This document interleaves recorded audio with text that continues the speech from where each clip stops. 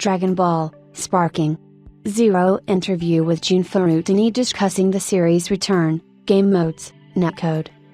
Dragon Ball, Sparking.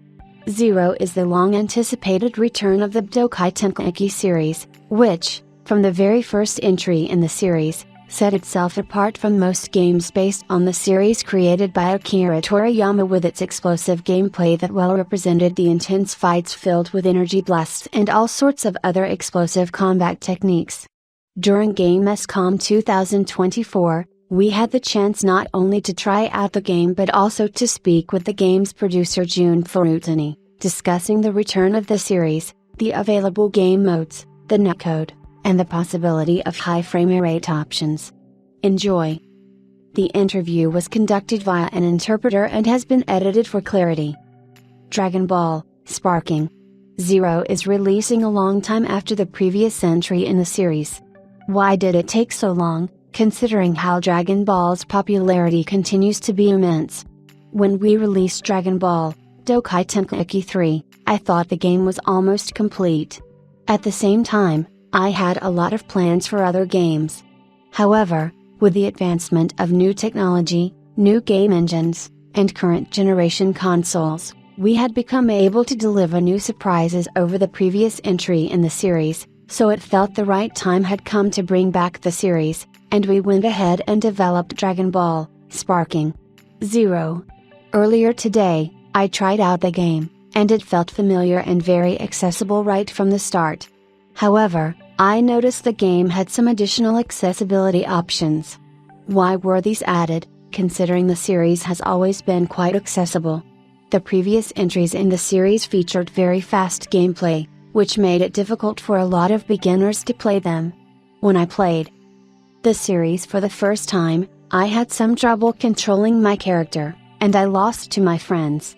Laughs. Nowadays, with games like Dragon Ball FighterZ and other competitive games, it is possible to perform combos with just a single button, which makes it a game that's easy to play at the most basic level, something that's great for beginners.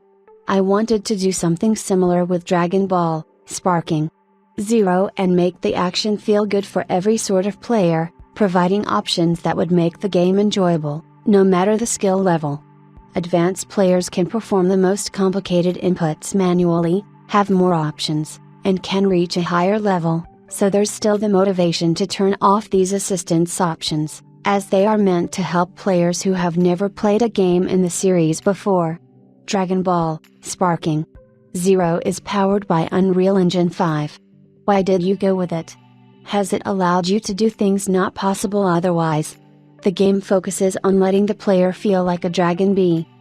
All character, so immersion is extremely important, and Unreal Engine 5 allowed us to improve it with more real-time graphics, such as visual effects when a character powers up, when the sky darkens, and so on. Additionally, during the game's high-speed, high-power battles, characters can be launched towards buildings or mountains, whose destruction is in real time. All this has been possible by using Unreal Engine 5, making battles even more exciting. Dragon Ball, Sparking. Zero has a lot of characters. How did you pick characters? Is there any character that was originally considered but was later dropped? Being the new entry in a long-running series, it was natural to start off with characters featured in the previous games. Budokai Tenkaichi 3 had 161 characters, and we are aiming to go even higher in Dragon Ball, Sparking. Zero. Like the previous games, there are character variants from different eras, which is something fans love to see in the older games, so by doing the same in the new game, players will be able to feel familiar with the experience right from the start.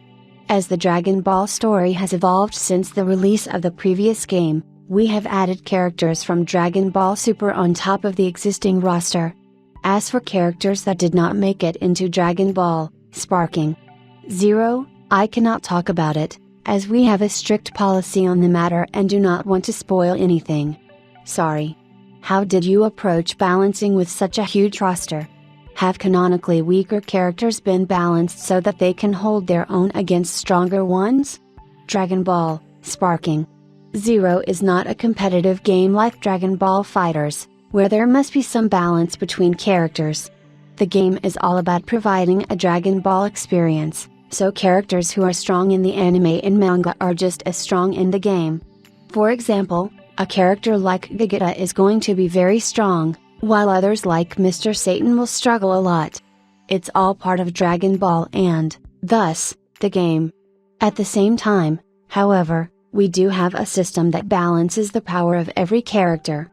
In tournaments, for example, each character has a cost, so players will not be able to pick the 5 strongest characters for their team, forcing them to balance things out and still providing a reason for a player to pick a weaker character.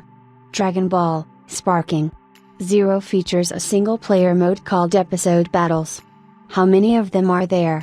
Is there any secret scenario to unlock? Episode battles cover the Dragon Ball story from the battle with the Saiyans until the Dragon Ball Super Power Tournament. However, there will be a different number of battles, depending on the character. Of the playable characters, which include Goku, Gohan, Piccolo and Vegeta, Goku will have the most battles, starting from his battle against Raditz until the Power Tournament. Additional episodes can also be unlocked while playing. Any other single-player mode? Dragon Ball Sparking Zero also features a custom battle mode that lets players create their own scenarios, pick among a selection of preset battles, and share their custom battles online. There's also a local tournament mode where 8 players compete for the top spot using different rules.